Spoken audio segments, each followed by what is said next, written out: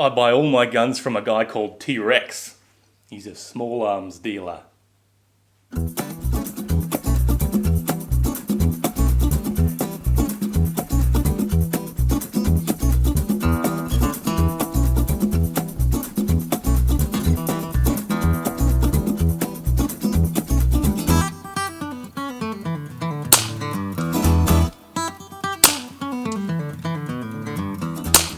The ammunition and equipment you see featured in today's episode of The Quiet Rifle came to me courtesy of Hermann Sporting Guns and Air Rifle Slugs Australia. Hermann's were nice enough to send me some slug liners so that I can test these heavier slugs out and make these videos for you.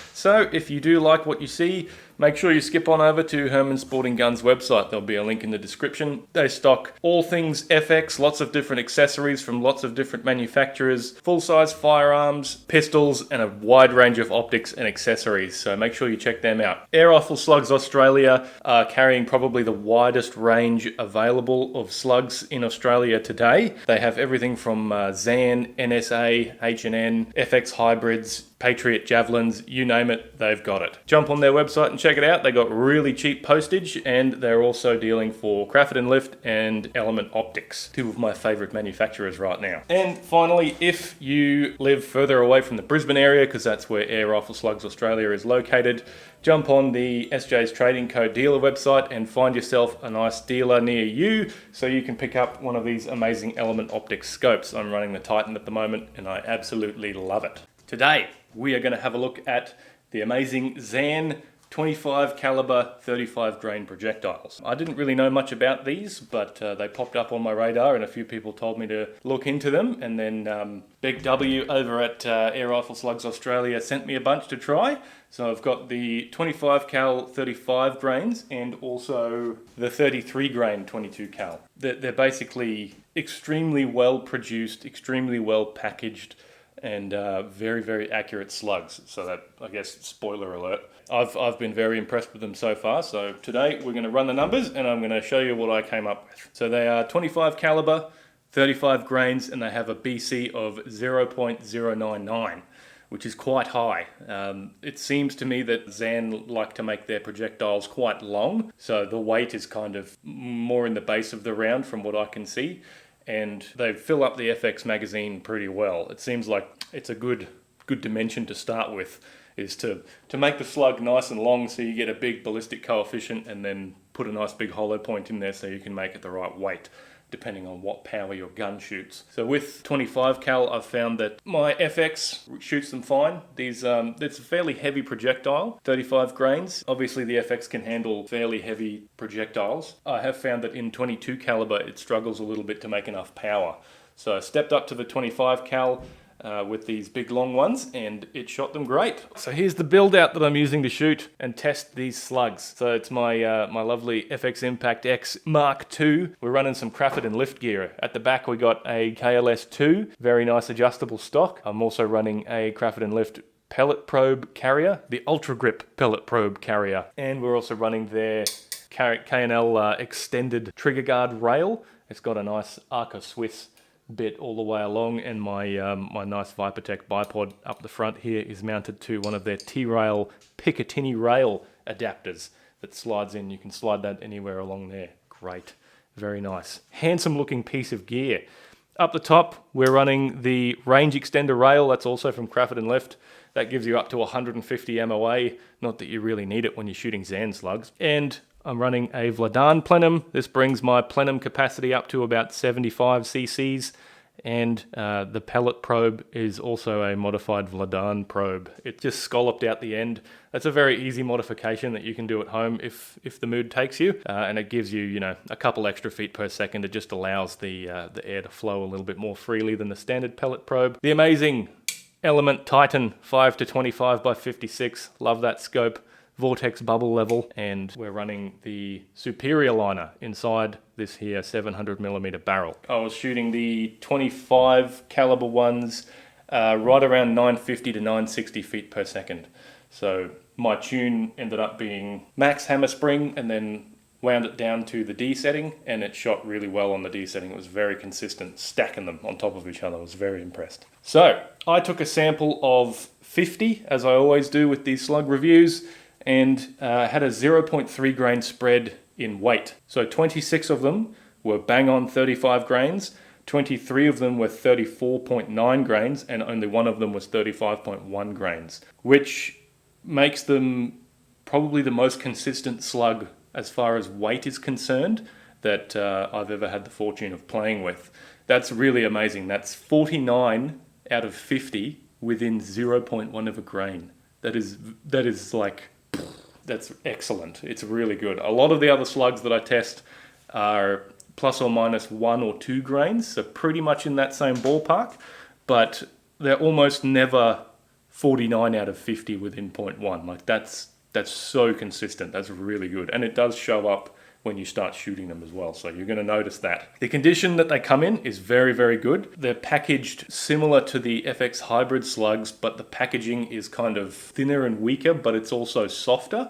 So when you get your FX hybrids in their little individual hard pack, they can actually sort of bump around in there a little bit. It doesn't really affect it that much, but the Zan packaging is individually held and it's soft. So the packaging is softer than the slugs are. So the slugs don't really receive any damage. Pretty much every slug is delivered in absolutely perfect condition. There's a few little tiny flecks of lead and, you know, the odd little bump and bruise here and there, but it's like a 9.5 out of 10. They're really, really, really well packaged, and they come with a neat little target on the packaging too, so if you want to test them out, you can test them out on that target.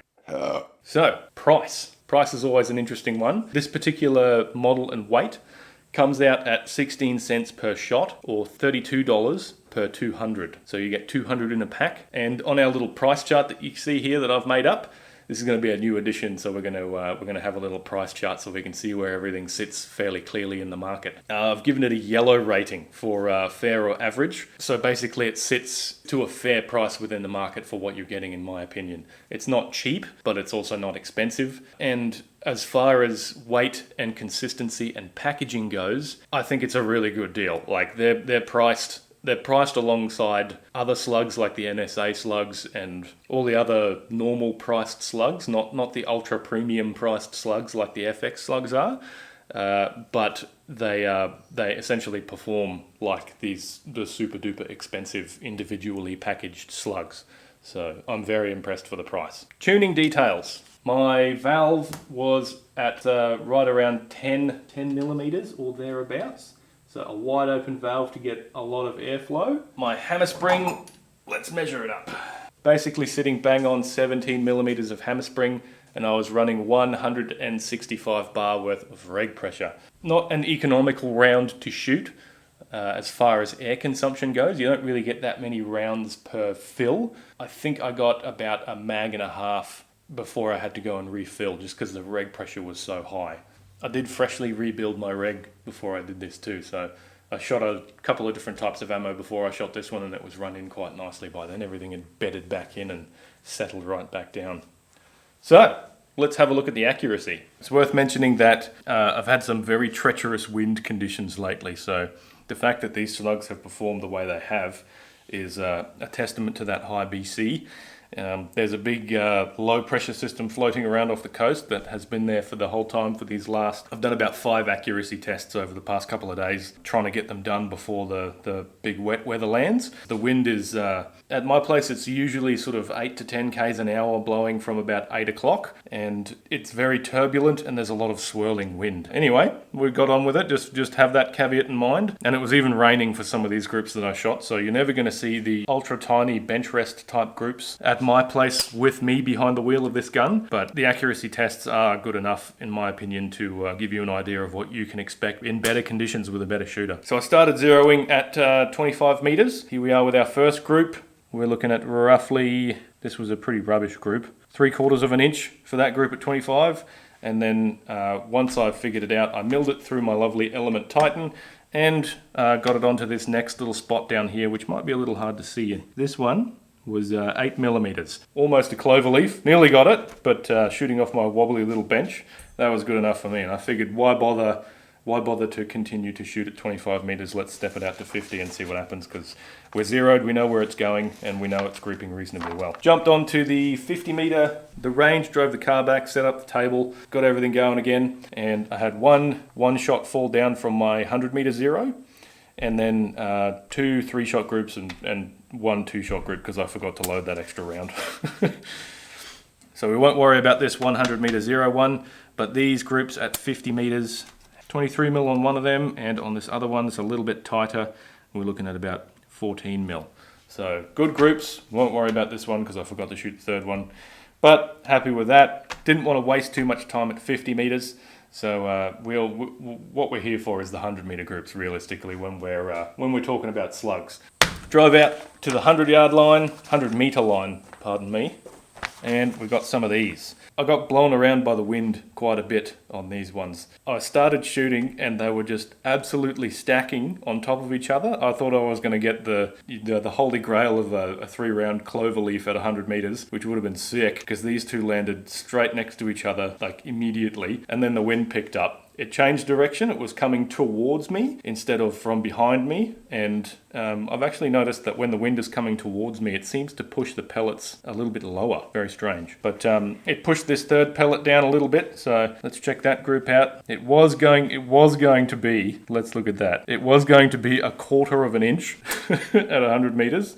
And it blew out to just over 2 inches. Yeah, a little bit disappointed that I didn't get my ultimate super duper mega group. And then the next group, as you can see here, was blown out by the wind as well. I would like to point out the elevation. The elevation of this is, much less than an inch. It's 3/4 of an inch worth of elevation shift, and it's the wind that's blowing the group out. The weights of these rounds are so precise that if your gun is tuned well, if you're getting good consistent velocity, the elevation is almost always pretty much as good as it can get. And then we take a look at all these other groups, which are sort of more indicative of what I'm capable of shooting. 1.5 inches. This one's a 2 inch. 1.5. This is a nice one that's bang on 1 inch. Nice 1 MOA group. Very good. And another big one over here, which is me wobbling around on my table. What I think average Joe is capable of between 1 MOA and 1.5 MOA, realistically. I do think that if you had a calm day, you could get 5 or 6 sub MOA groups in a row without even thinking about it. And then number 7, you're going to end up with a mistake, and it's going to be your mistake, not the projectile's mistake. So very, very accurate, especially considering the treacherous conditions that these groups were shot in.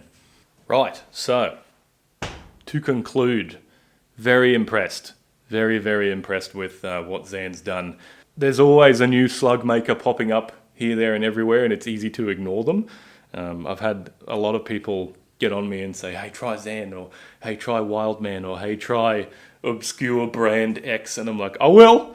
I'll get around to it, but I'm really glad that I got around to these ones, and I'm really glad that they're easily available in Australia as well, because the accuracy and the consistency and the packaging, like the condition that they're delivered in, raving about them. I love them. They're great. I'm very impressed. So 10 points, full kudos to whoever Zan is. Zan Projectiles. Mint. Okay, bye.